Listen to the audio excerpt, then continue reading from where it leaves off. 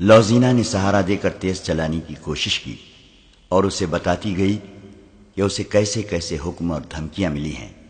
اس نے حدید کی غلط فہمی رفع کر دی۔ آگے شہر کی گلیاں آ گئی اور پھر ڈاکٹر کا گھر آ گیا۔ 3-4 بار دستک دینے سے ڈاکٹر باہر آیا اور انہیں فوراً اندر لے گیا۔ اس نے حدید کے زخم کھول کر دیکھے تو کہا کہ کم از کم 20 روز مرہم پٹی ہوگی۔ یہ سن کر لوزینہ کے سامنے ایک بہت ہی پیچیدہ مسئلہ آ گیا۔ وہ یہ تھا کہ اتنے دن وہ حدید کو چھپائے گی کہاں؟ اسے بیگار کیمپ میں واپس تو نہیں لے جانا تھا۔ اس کی عقل جواب دے گئی۔ ڈاکٹر مرہم پٹی کر چکا تو اس نے کہا کہ اسے نہایت اچھی اور مقوی غذا کی ضرورت ہے۔ لوزینہ اسے پرے لے گئی اور کہا، یہ جہاں رہتا ہے وہاں اسے اچھی غذا نہیں مل سکتی۔ میں گھر میں اسے اپنے پاس نہیں رکھ سکتی۔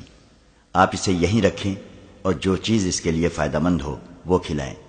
مجھ سے آپ جتنی قیمت اور اجرت مانگیں گے دوں گی۔ ڈاکٹر نے جو اجرت بتائی وہ بہت زیادہ تھی۔ لوزینہ نے کم کرنے کو کہا تو ڈاکٹر نے کہا، تم مجھ سے بہت ہی خطرناک کام کرا رہی ہو۔ میں جانتا ہوں کہ یہ شخص مسلمانوں کے کیمپ سے لایا گیا ہے اور یہ مصری فوج کا سپاہی ہے۔ تمہارا اس کے ساتھ کیا تعلق ہے؟ مجھے منہ مانگی اجرت دو گی تو تمہارا یہ راز میرے گھر سے باہر نہیں جائے گا۔ مجھے منظور ہے، لوزینہ نے کہا۔ اور یہ بھی سن لو ڈاکٹر، اگر یہ راز فاش ہو گیا تو آپ زندہ نہیں رہیں گے۔ ڈاکٹر نے حدید کو ایک کمرے میں لٹا دیا اور اسے بتایا کہ وہ ٹھیک ہونے تک یہیں رہے گا۔ اس نے اندر سے اسے دودھ اور پھل لا دیے اور لوزینہ کو ایک اور کمرے میں لے گیا۔ دوسرے دن لوزینہ اور اس کی سہیلی نے کیمپ کی جاسوسی کی۔ ڈسپنسری میں گئی، مریض قیدی وہاں لے جائے گئے۔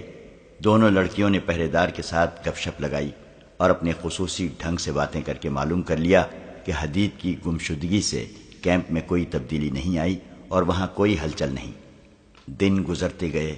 ڈاکٹر کو چونکہ منہ مانگی قیمت اور اجرت مل رہی تھی، اس لیے اس نے حدید کو چھپائے بھی رکھا اور اس کا علاج پوری توجہ سے کرتا رہا۔ اسے مقوی غذا بھی دیتا رہا۔ لوزینہ شام کے بعد وہاں جاتی، کچھ دیر حدید کے ساتھ بیٹھتی اور بہت دیر ڈاکٹر کے کمرے میں گزارتی۔ اس روزمرہ کے معمول میں 20 روز گزر گئے اور حدید کے زخم مل گئے۔ اس کی صحت بھی بحال ہو گئی۔ لوزینہ نے ڈاکٹر سے کہا کہ وہ کل رات کسی بھی وقت حدید کو لے جائے گی۔ دوسرے دن اس نے اپنی سہیلی کو استعمال کیا۔ چھوٹے عہدے کا ایک افسر اس کی سہیلی کے پیچھے پڑا رہتا تھا۔ سہیلی نے اس افسر کو جھانسا دیا اور لوزینہ نے اس کے ٹرنک سے اس کی وردی نکال لی جو اس نے حدید کو پہنا دی۔ گھوڑے کا انتظام مشکل نہ تھا، وہ بھی ہو گیا۔ یہ اہتمام اس لیے کیا جا رہا تھا کہ شہر کے ارد گرد مٹی کی بہت اونچی دیوار تھی۔ اس کے 4 دروازے تھے جو رات کو بند رہتے تھے۔ ان دنوں دن کے وقت یہ دروازے کھلے رکھے جاتے تھے کیونکہ سلطان ایوبی کے آنے والے حملے کے لیے فوجوں اور ان کے سامان کی آمد و رفت جاری رہتی تھی۔ سورج غروب ہونے سے کچھ دیر پہلے قلعے کے بڑے دروازے کی طرف ایک صلیبی افسر گھوڑے پر جا رہا تھا۔ اس کی کمر سے لٹکتی ہوئی تلوار مسلمانوں کی طرح ٹیڑھی نہیں، سیدھی تھی۔ اس کا دستہ سلیب کی شکل کا تھا۔ وہ ہر لحاظ سے صلیبی تھا۔ دروازہ کھلا ہوا تھا جس سے اونٹوں کا ایک کارواں رسد سے لدا ہوا باہر جا رہا تھا۔ ظاہر یہی ہوتا تھا جیسے یہ گھوڑ سوار افسر اس کارواں کے ساتھ جا رہا ہو۔ وہ دروازے کے پاس پہنچا تو صلیبیوں کی انٹیلیجنس کا سربراہ ہرمن گھوڑے پر سوار دروازے میں داخل ہوا۔ وہ کہیں باہر سے آ رہا تھا۔ اس نے اس افسر کو دیکھا اور مسکرایا، مگر اس افسر نے مسکراہٹ کا جواب مسکراہٹ سے نہ دیا۔ ہرمن چند قدم اندر کو آیا تو اس نے گھوڑا روک لیا۔ اسے 200-300 قدم دور لوزینہ کھڑی نظر آئی۔ جس نے ہرمن کو دیکھا تو وہاں سے تیزی سے اپنے ٹھکانے کی طرف چلی گئی۔ علی بن سفیان کی طرح ہرمن بھی ماہر جاسوس اور سراغ رساں تھا۔ اس نے فوراً گھوڑا دروازے کی طرف گھمایا اور ایڑ لگا دی۔ وہ اپنا ایک ایسا شک رفع کرنا چاہتا تھا۔ اس نے گھوڑے کو ایڑ لگائی تو گھوڑا دوڑ پڑا۔ باہر جا کر ہرمن نے دیکھا کہ جو افسر اس کے پاس سے گزرا تھا وہ اتنی دور نکل گیا تھا کہ اس کے تعاقب میں جانا بیکار تھا۔ اس گھوڑ سوار نے دروازے سے نکلتے ہی گھوڑے کو ایڑ لگا دی تھی۔ گھوڑا بہت تیز رفتار تھا۔ ہرمن اسے دیکھتا رہا اور وہ صحرا کی وسعت میں گم ہو گیا۔ لوزینہ نے حدید کو آزاد کرا کے صلہ دے دیا تھا۔ ہرمن نے گھوڑا موڑا اور تیزی سے اندر گیا۔ وہ سب سے پہلے مسلمانوں کے کیمپ میں گیا اور وہاں کے انچارج سے حدید کی نشانیاں بتا کر پوچھا کہ وہ کہاں ہے۔ کچھ پتہ نہ چلا۔ جس خیمے میں حدید کو رکھا گیا تھا وہاں کے رہنے والوں نے بتایا کہ ایک صبح وہ یہاں سے غائب تھا۔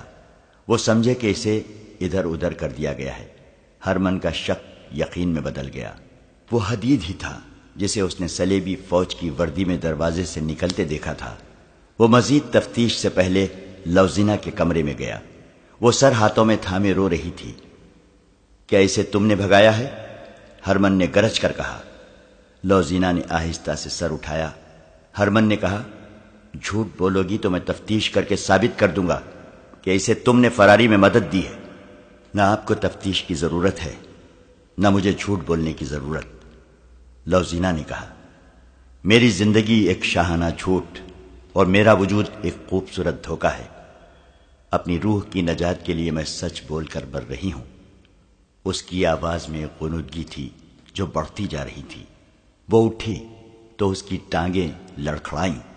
اس کے قریب ایک گلاس پڑا تھا جس میں چند قطرے پانی تھا۔ اس نے گلاس اٹھا کر ہرمن کی طرف بڑھا کر کہا، میں نے اپنے آپ کو سزائے موت دے دی ہے۔ اس گلاس میں پانی کے چند قطرے گواہی دیں گے کہ میں نے اپنے ناپاک جسم کو سزائے موت اس لیے نہیں دی کہ اپنی قوم سے غداری کی اور دشمن کو قید سے بھگا دیا ہے، بلکہ میرا جرم یہ تھا کہ میں ان مسلمانوں کو دھوکہ دینے گئی تھی جن کے ہاں کوئی دھوکہ اور فریب نہیں۔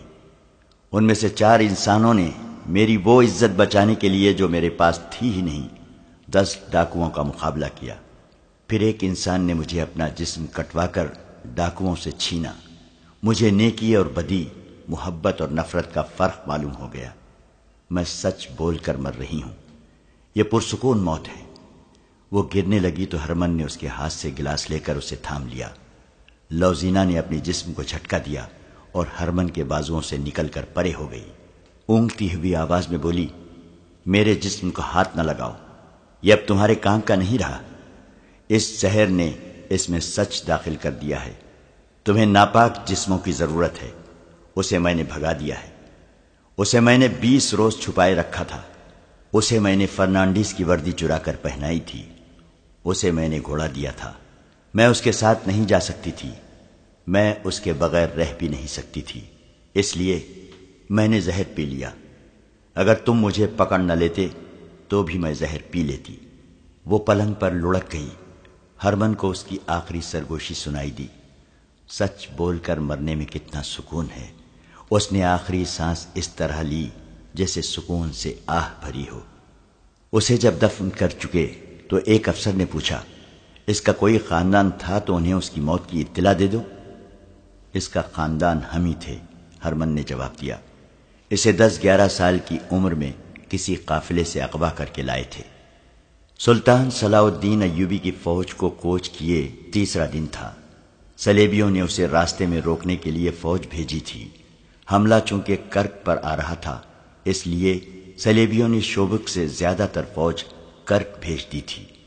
اس کا ایک حصہ شام کی طرف بھی بھیج دیا گیا تھا تاکہ نور الدین زنگی مدد کے لیے آئے تو اسے کرک سے کچھ دور روکا جا سکے، اور اس فوج کا کچھ حصہ سلطان ایوبی کو راستے میں روکنے والی فوج کو دیا گیا تھا۔ سلطان صلاح الدین ایوبی نے اپنی فوج کو 3 حصوں میں تقسیم کر کے کوچ کرایا تھا اور تینوں کو دور دور رکھا تھا۔ وہ جب اس مقام پر پہنچ گیا جہاں صلیبیوں سے ٹکر ہونی چاہیے تھی، اس نے تینوں حصوں کے کمانڈروں اور ان کے ماتحت کمانڈروں کو اپنے خیمے میں بلایا۔ ہم اس مقام پر آ گئے ہیں جہاں مجھے راز فاش کر دینا چاہیے، سلطان ایوبی نے کہا۔ تم شاید حیران ہو رہے ہوگے کہ میں تمہیں یہ بتاتا رہا ہوں کہ میں کرک پر حملہ کروں گا، مگر میں تمہیں کسی اور طرف لے آیا ہوں۔ میں کرک پر حملہ نہیں کر رہا ہوں، ہماری منزل شوبک ہے۔ ایک سوال تم سب کو پریشان کر رہا ہے کہ میں نے ان 3 جاسوسوں کو، جن میں ایک عالم تھا اور 2 لڑکیاں، کیوں رہا کر دیا تھا اور انہیں محافظ کیوں دیے تھے؟ اس سوال کا جواب سن لو۔ میں نے انہیں اپنے ساتھ والے کمرے میں بٹھا کر درمیان کا دروازہ ات کھلا رکھا اور علی بن سفیان اور 2 نائبین کو یہ بتانا شروع کر دیا کہ میں فلاں تاریخ کو کرک پر حملہ کر رہا ہوں۔ میں جانتا تھا کہ جاسوس سن رہے تھے۔ میں نے ان کے کانوں میں یہ بھی ڈالا کہ میں صلیبیوں سے کھلے میدان کی جنگ سے ڈرتا ہوں۔ اس قسم کی باتیں ان کے کانوں میں ڈال کر انہیں رہا کر دیا اور انہیں محافظ دیے تاکہ وہ صحیح و سلامت شوبک پہنچ جائیں۔ مجھے اطلاع ملی ہے کہ راستے میں ایک حادثہ ہو گیا ہے۔ ڈاکوؤں نے 3 محافظوں اور ایک لڑکی کو مار ڈالا ہے۔ 4تھا محافظ کل رات شوبک سے واپس آ گیا ہے۔ وہاں ہمارے جو جاسوس ہیں انہوں نے اطلاع دی ہے کہ عالم جاسوس زندہ شوبک پہنچ گیا تھا، جس نے میرا دھوکہ کامیاب کر دیا ہے۔ صلیبیوں نے اپنی فوج میری مرضی کے مطابق تقسیم کر دی ہے۔